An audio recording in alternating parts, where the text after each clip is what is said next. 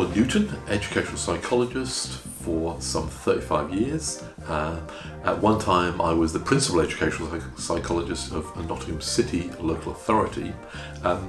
Now, when the Green Paper and the SEND review emerged this year, I was obviously very interested to see what was being said, and I imagine a number of you will be interested or considering what your response might be to the SEND review questions.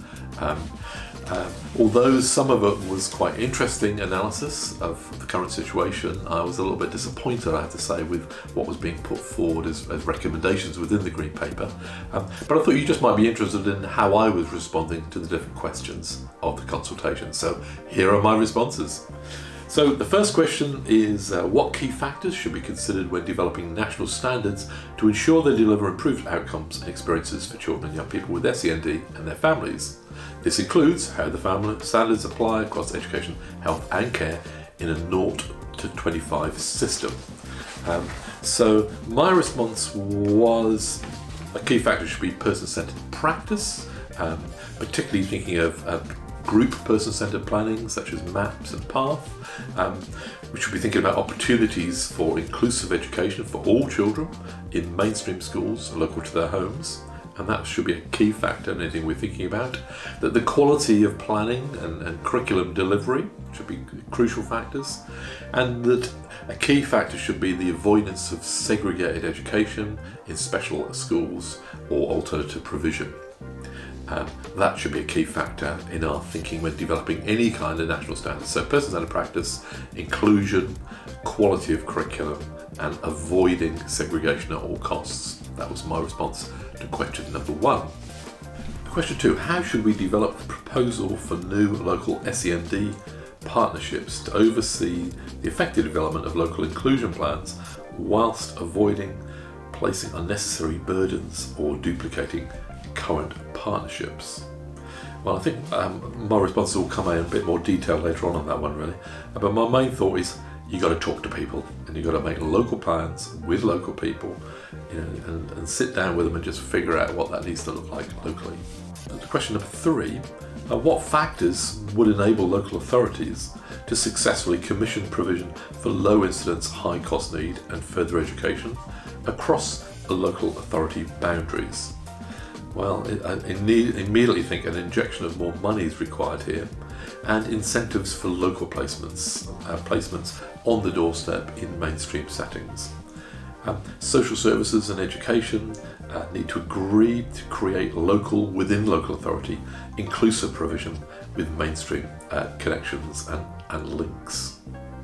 So basically it's important to think about this, but think about it locally and inclusively.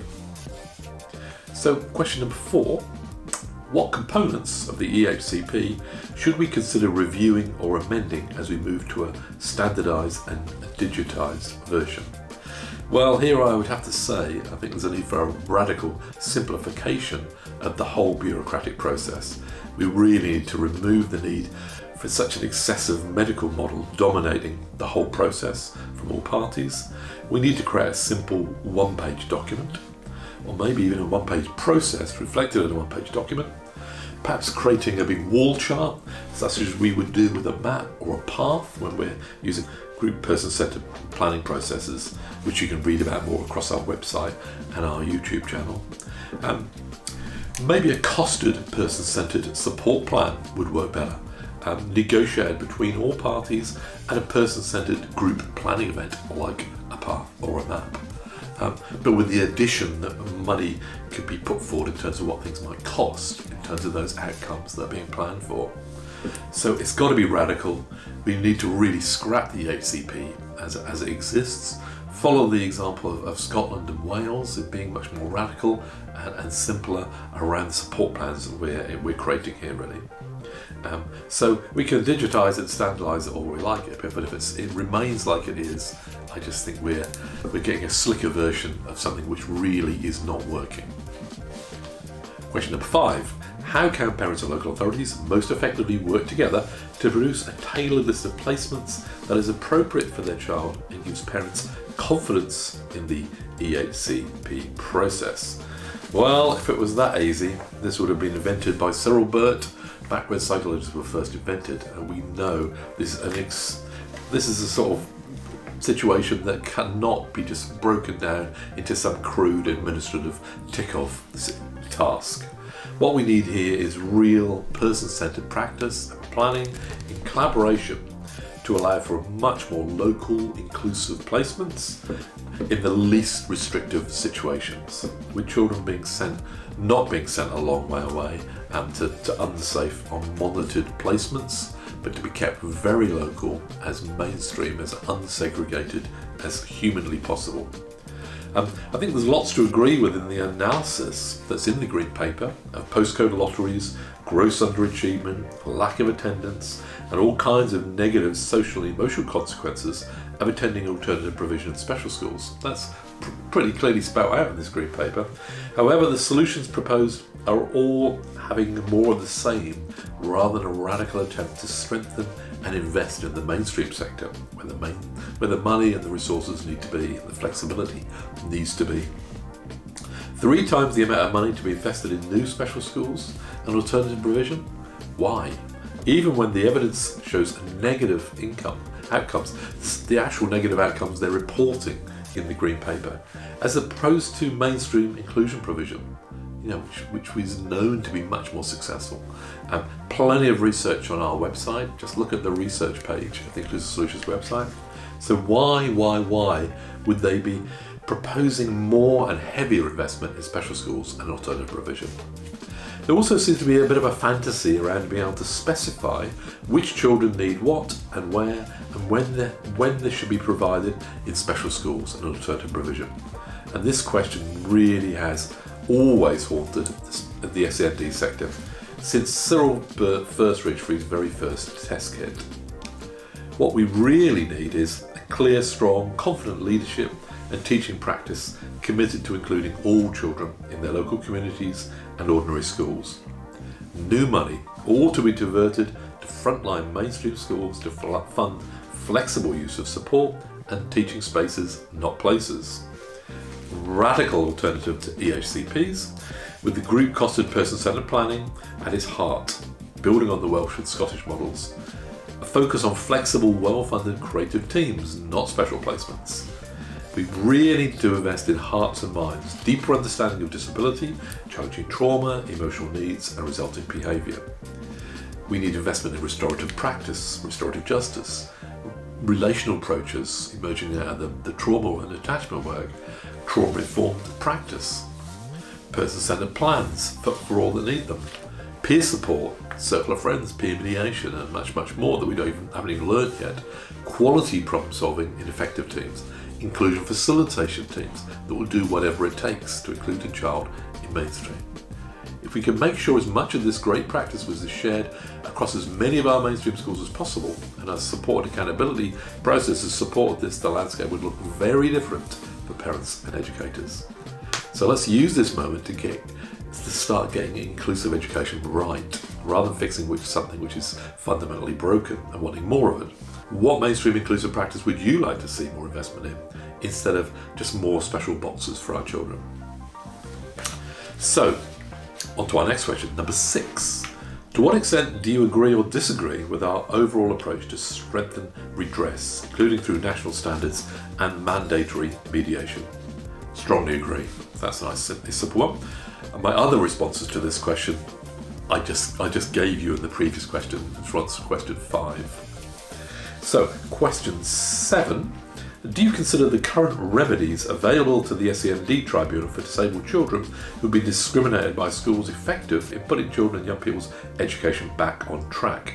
Please give a reason for your answer with examples if possible. My answer really is no. Too much reliance on special education solutions, and local authorities are afraid to go to tribunals to give in to parents often, not always, but at times unreasonable requests. And at the moment, they're kind of, by the statute, it kind of encourages this movement to tribunals and encourages local authorities to step down. They cannot easily say no as it stands to parents. So something radically needs to change there. Question 8. What steps should be taken to strengthen early years practice with regard to conducting the 2-year-old progress check and integration with the Healthy Child Programme review? Well, again, we think that all children should be placed in mainstream schools or settings, however complex their needs, but with sufficient additional resources to allow flexibility to meet these needs. And progressively, we should be closing down existing special schools and existing alternative provision to fund this change. And that might sound radical, but that's what we need to do, and we need to start early. So this begins in the early years. Question 9. To what extent do you agree or disagree that we should introduce a new mandatory SENCO NPQ to replace the NASENCO award? I would agree, providing it is at the same quality and providing all SENCOs do undertake it. Question 10. To what extent do you agree or disagree we should strengthen the mandatory SENCO training requirement by requiring that head teachers must be satisfied the SENCO is in the process of obtaining the relevant qualification when taking on the role? Agree. Question 11. To what extent do you agree or disagree that both specialist and mixed maths should be allowed to coexist in the fully trust-led future? This would allow current local authority maintained special schools and alternative provision settings to join either type of mat. I disagree with that really, and can see that there could be all kinds of problems that will follow if we let maths just take on these kind of responsibilities that local authorities have been carrying out in a very thoughtful way over many, many years. I just think it just could be another free-for-all if we just let the academisation and maths just get hold of this process, and could lead to many more children being in special schools and alternative provision. Question 12. What more can be done by employers, providers and government to ensure that these young people with SEN can access, participate and be supported to achieve an apprenticeship, including through access routes like traineeships? Well, I think we could legislate for an inclusive welcome and placements across the board and add incentives to employers to make this more likely. Again, if we can end special education, we know that doesn't really help when mainstream opportunities are being sought. The history of being in segregated provision doesn't help you when you're making an application for a role in local employment. We know the stigma is still there. People don't like to talk about it, but it is still there. So anything we can do to support progress from the early years through the mainstream world right out into supported or independent employment, so much the better. Question 13. To what extent do you agree or disagree that this new vision for alternative provision will result in improved outcomes for children and young people? I strongly disagree with that. And I would point you to my earlier comments in the earlier question when I was saying about there's lots to agree with the analysis, but what we actually really need around inclusion. And what needs to be in place in order to distribute existing funding more effectively to alternative provision schools to ensure they have the financial stability required to deliver our vision for early intervention and reintegration. Well, my answer will be to close them down altogether and redistribute those resources to mainstream schools. It's a fantasy that early placement in alternative provision or special school leads to a more positive start and reintegration in mainstream. Mainly what happens is only a handful of children ever move from special education back into mainstream. Once placed, tend to stay put. So better to stay put and not move into special education in the first place. Question 15. To what extent do you agree or disagree that introducing a bespoke alternative provision performance framework based on these 5 outcomes will improve the quality of alternative provision? Well, I disagree that will make any difference at all. Such provision can never be successful, as 80% of learning is by imitation, it's by copying. By putting a lot of children together, sharing the same complex needs, especially around challenging behaviour, we create a university of crime and violence, and that's got to be a bad idea. We should learn from the inclusion work going on in Scotland and the lack of exclusions going on in Scotland, the inclusion work of New Brunswick in Canada, and the inclusion work in Portugal and Italy. That's where we can really learn. Now the next question, 16. To what extent do you agree or disagree that a statutory framework for pupil movements will improve oversight and transparency of placements into and out of alternative provision? I don't agree or disagree. I guess my answers to the questions above all make sense of that. Question 17. What are the key metrics we should capture and use to measure local and national performance? Please explain why you've expected these. Well, I think movement from named mainstream schools to special schools and alternative provision, and that would be an important metric to study. Exclusion figures, school by school.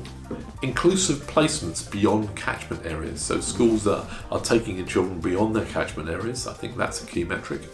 Progress of children with special educational needs, wherever they're placed, and particularly those that highlight the differences between children in mainstream and those in special schools, and we really need definitive data on that. And the data that exists shows that you do certainly as well, if not better, in a mainstream than in special. But we need more of that kind of data.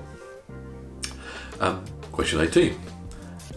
How can we best develop a national framework for funding bans and tariffs to achieve our objectives and mitigate unintended consequences and risks? I think by working with mainstream head teachers and special needs coordinators in local areas, that will help that. Question 19. How can the National SEND Delivery Board work most effectively with local partnerships to ensure the proposals are implemented successfully? Well, they're going to have to talk, aren't they? They're going to have to talk as much as they can. 20. Question 20. What will make the biggest difference to successful implementation of these proposals? What do you see as the barriers to and the enablers of success? Well, I think government vision for inclusive education for all is what's needed, and an end to all kinds of special school and alternative provision segregation. That all needs to end, and we need a strong national vision on that. And that will make the biggest difference to all these proposals. Whereas embracing special school provision and embracing alternative provision is the massive barrier to any kind of success, as is the current system of the EHCP process, which is absolutely slowing down good psychological intervention, good work of educational psychologists and many other professionals from really making a difference within their interventions. And then question 21, what support do local systems and delivery partners need to successfully transition and deliver to the new national system? Well, again, I'm going to relate you straight back to that earlier, longer answer I gave you earlier on about lots to agree with the analysis of the postcodes, and what we really need is, like when I gave you that response earlier on, I think it's the same answer for this one. Question 22, is there anything else we'd like to say about the proposals in the Green Paper? If we can make sure as much of this great practice of our inclusion practice around person-centred planning, peer support, inclusion facilitation, quality problem solving, that list I gave you earlier on, if that great practice was shared across as many of our mainstream schools as possible, and our support and accountability processes supported this, the landscape would look very different for parents and educators. So let's use this moment to get inclusive education right. What mainstream inclusive practice would like to see more investment in, instead of more special boxes, more special provision for our children and our young people. Thanks very much. Get that off. You've got till July to get that sent off.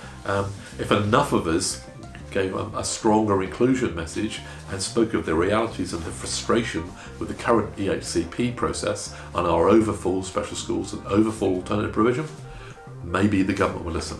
We'll see. Thank you very much for listening. If you'd like more of this kind of detailed content around emerging government policy, add it to the comment. If you've liked what I've given you today, give us a like. And if you want to subscribe to more of this kind of content, subscribe. Just simply click the subscribe button and we'll send it regularly. And we're putting out videos most weeks. Thanks for listening.